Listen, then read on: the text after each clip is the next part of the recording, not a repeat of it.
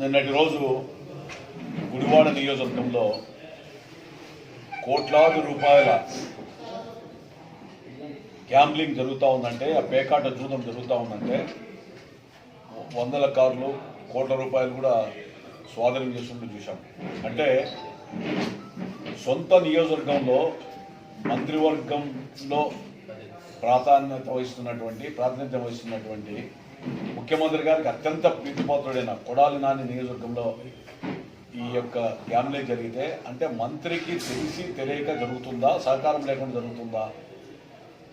మరి దీనికి బాధ్యత ఎవరు, మంత్రి గారా లేక మొత్తం ప్రభుత్వమే బాధ్యత వహిస్తుందో ప్రజలకు తెలియజేసినటువంటి బాధ్యత ఉందని చెప్పి ప్రభుత్వాన్ని డిమాండ్ చేస్తున్నాను.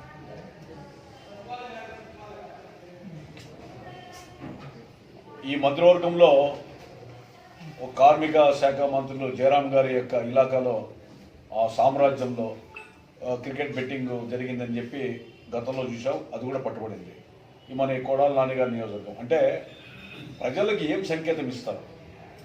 చట్టాన్ని పరిరక్షించాల్సినటువంటి బాధ్యతాయుతమైనటువంటి పదవులు ఉన్నటువంటి వ్యక్తులు, అదేవిధంగా రాజ్యాంగ పరిరక్షణకు మేము కట్టుబడి ఉంటామని చెప్పి ప్రమాణం చేసినటువంటి ప్రమాణ స్వీకారంలో ప్రకటించినటువంటి ఈ యొక్క మంత్రివర్గంలో ఉన్నటువంటి ఈ సహచర జగన్మోహన్ రెడ్డి గారి సహచర బృందం ఏదైతే ఉందో, అంటే మీరు చేసినటువంటి ప్రమాణ స్వీకారం అసత్యమా, లేదా మీరు ఆ రోజు చేసినటువంటి ప్రమాణ స్వీకారానికి తిలోదకాలు ఇచ్చి మేము ఇంతే అనేటువంటి విషయాన్ని ఈ విధంగా ఈ కార్యక్రమాల్లో కానీ లేదా మీ కర్తవ్య నిర్వహణలో కానీ చాటి చెప్పాలని ఉన్నారో అది కూడా ప్రజలకు వివరిస్తే బాగుంటుంది.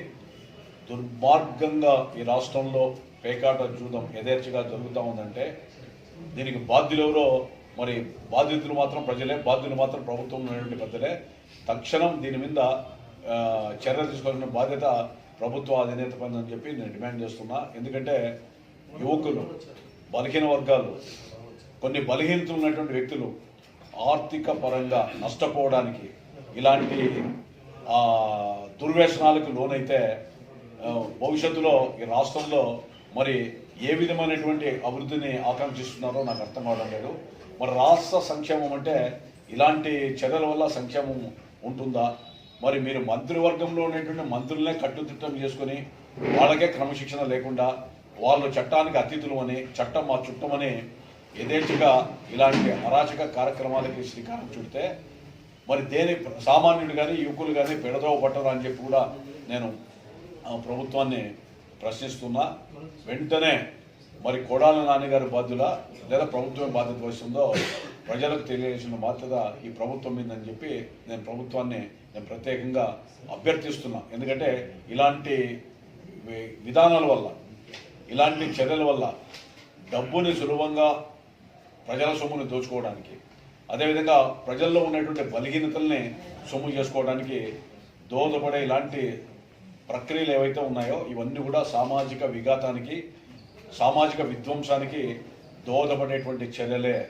మరి మంత్రి వర్గంలో ఉన్న వ్యక్తులు ప్రజల యొక్క మన ప్రాణాలని రక్షించాలి, అదేవిధంగా చట్టాన్ని గౌరవించి చట్టాన్ని సక్రమంగా అమలు చేయాల్సినటువంటి బాధ్యత ఉన్నటువంటి బాధ్యత వ్యక్తులు మీరే చట్టానికి తూట్లు పొడిచి డబ్బు కోసం, అదేవిధంగా సొమ్ము చేసుకోవడం కోసం ఈ విధమైనటువంటి కార్యక్రమాలకి మీరు కంకణం కట్టుకుంటే ఈ యొక్క ప్రజల యొక్క ఆవేదనని లేదా ప్రజల యొక్క సంక్షేమాన్ని ఏమాత్రం మీరు గుర్తిస్తున్నారో కూడా అనుమానంగా ఉంది. దయచేసి దీని మీద వివరణ ఇవ్వాల్సిందిగా నేను